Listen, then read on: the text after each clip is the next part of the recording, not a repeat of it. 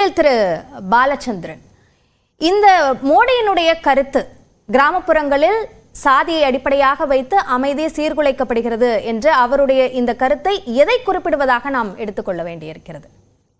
பிஜேபியுடைய அமைதியை சீர்குலைக்கிறாங்க, அதைத்தான் அவர் சொல்றாரு.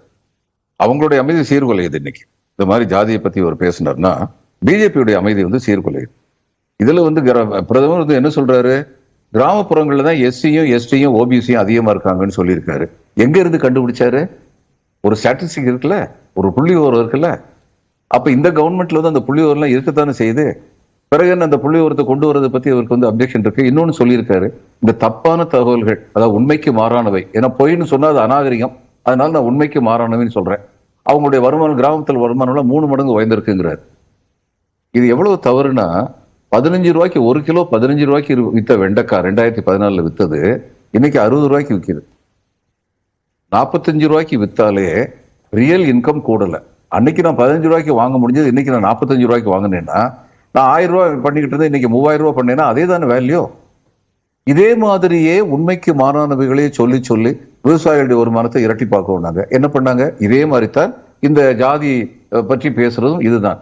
இவங்க வருணாசிர தர்மத்துல நம்பிக்கை உள்ளவங்க, சனாதனத்தை சனாதனத்துல எத்தனையோ நல்ல கருத்துக்கள் சொல்லப்பட்டிருக்கு.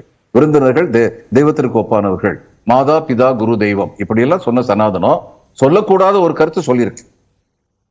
பிறப்புக்கும் எல்லா உயிருக்கும்ங்கிறதுக்கு ஜஸ்ட் ஆப்போசிட்டா பிறப்பாலேயே ஒருத்தர் உயர்ந்தவர் தாழ்ந்தவர் அப்படிங்கிறத ஆதரிக்கிறது தான் சனாதனம். அந்த சனாதனத்தை ஆதரிக்கிற இவங்க எப்படி ஜாதி கணக்கீடை ஏத்துக்குவாங்க? இவங்களுடைய ஐடியா என்னன்னா, இந்துத்துவாங்கிற பேர்ல இந்துக்கள் எல்லாரையுமே ஒண்ணு அப்படின்னு கொண்டு வந்துட்டா, அந்த அடிப்படையில எல்லாருமே ஓட் பேங்க் ஆயிட்டாங்கன்னா, சில பேர் நல்லா பெரிய பதவிகள் இருக்கிறதுக்கு பல பேர் முதுகுல தொடர்ந்து சவாரி பண்ணிக்கிட்டே போகலாம் அப்படிங்கிறது இவங்களுடைய அடிப்படை நோக்கம். இந்த ஜாதிவாரி கணக்கெடுப்பு நடத்திட்டா என்ன, அந்த கோரிக்கையை தான் மோடி விமர்சிக்கிறார் அப்படின்னு எடுத்துக்கணுமா? கண்டிப்பா அதைத்தான் விமர்சிக்கிறார். ஏன்னா அது அவங்களுக்கு ரொம்ப பெரிய த்ரெட், ரொம்ப பெரிய த்ரெட் அவங்களுக்கு. இங்க மட்டுமல்ல, இங்க ஆரம்பிச்சது இப்ப வட இந்தியாவிலேயும் இந்த கேள்விகள் எழுப்பப்படுகின்றன. அதனால அந்த ஜாதிவாரி கணக்கெடுப்பு நடத்தும் போது நன்மை என்ன? ஜனநாயகம்ங்கிறது என்ன? எல்லாரும் பணக்காரன் ஆகணுங்கிறதோ, எல்லாரும் பெரிய பெரிய பதவிகளை இருக்கணுங்கிறதோ ஜனநாயகம் இல்ல. எல்லோருக்கும் சமமான வாய்ப்புகள் அளிக்கப்பட வேண்டும், அதுதான் ஜனநாயகம். இப்ப நீங்க இந்த ஜாதிவாரி கணக்கெடுப்பு நடத்திட்டா என்ன ஆகும்?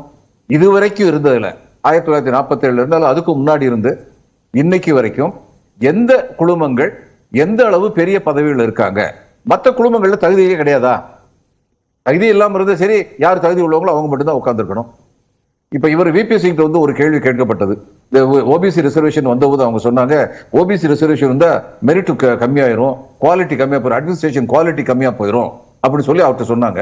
அவர் சொன்னாரு, இந்த தமிழ்நாட்டில் ரொம்ப நாளா இந்த ரிசர்வேஷன் இருக்கு, அங்க ஓபிசி எல்லாம் ரொம்ப பெரிய பெரிய பதவிகள்ல இருக்காங்க, எஸ்சி இருக்காங்க, எஸ்டி இருக்காங்க, அந்த அட்மினிஸ்ட்ரேஷன் இதை விட எப்படி பெட்டரா இருக்குன்னு கேட்டார். அது பதிலே இல்லை. இதுதான் உண்மை. இன்னைக்கு இந்த மாதிரியான ஜாதிவாரி கணக்கெடுப்புங்கிற கோரிக்கையை நீர்த்து போக செய்ய வேண்டும் அப்படின்னா தான் தொடர்ந்து சவாரி செய்ய முடியும் சில பேர்.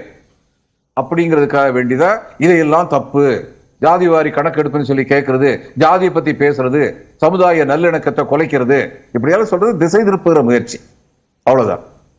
இது ஒரு வாக்கு வங்கி அரசியல் என்பதை சாதி அடிப்படையிலாக மேற்கொள்ள எதிர்க்கட்சிகள் முயற்சிக்கிறார்கள் என்ற அந்த கருத்தின் அடிப்படையில் மோடி இந்த கருத்தை சொல்லியிருக்கிறார் என்ற அந்த ஒரு கருத்தும் கூட பார்க்கப்படுகிறது. இவங்க மதத்துடைய அடிப்படையில் துவேஷத்தை வளர்க்குறாங்கல்ல. இவங்க ஹிந்துத்துவான்னு சொல்றது, அதை என்ன சொன்னார் போன எலெக்ஷன்ல?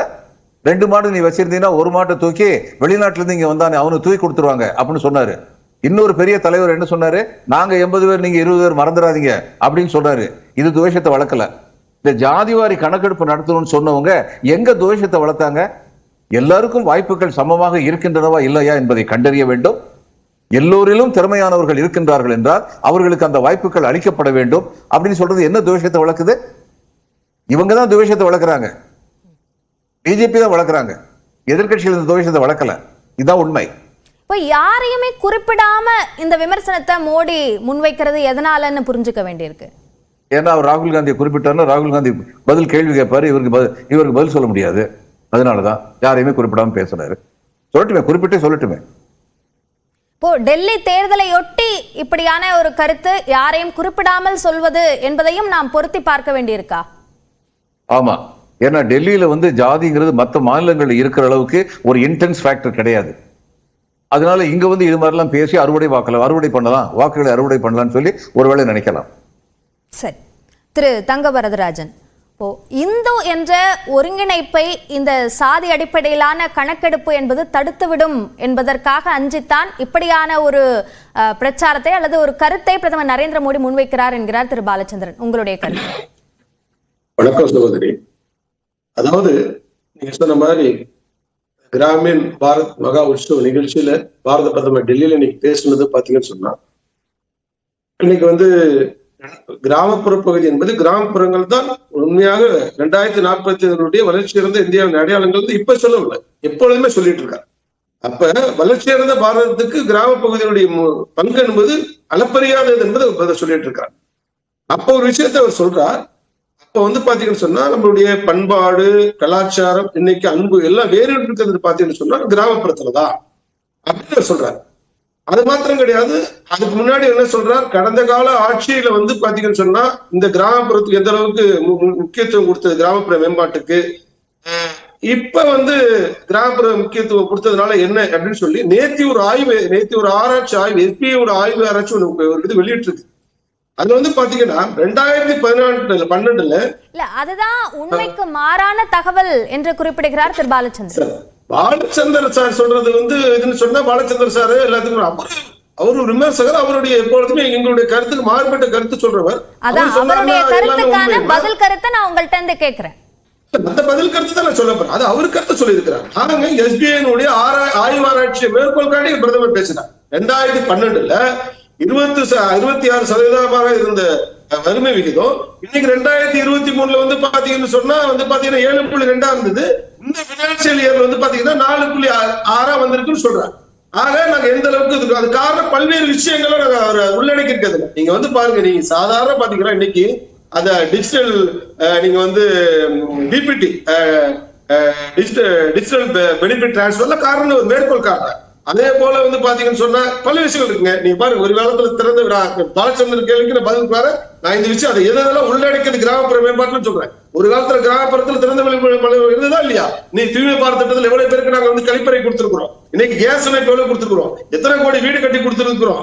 அதெல்லாம் கிராமப்புற சாலைகள் முன்ன விட 2014 வரல பிடிச்சு 2016 பண்ணி கணக்கு பண்ணுங்க. நீங்க அது போல ஜல்ஜீவன் திட்டத்துக்குள்ள எல்லாருக்கும் இது இலவசம், இது அதாவது குடிநீர் இணைப்பா இருக்கலாம், அது மாத்திரம் கிடையாதுங்க. இன்றைக்கு மின்சார இணைப்பு இல்லாத கிராமமே இல்லாத நிலையை உருவாக்கி இருக்கிறோம்.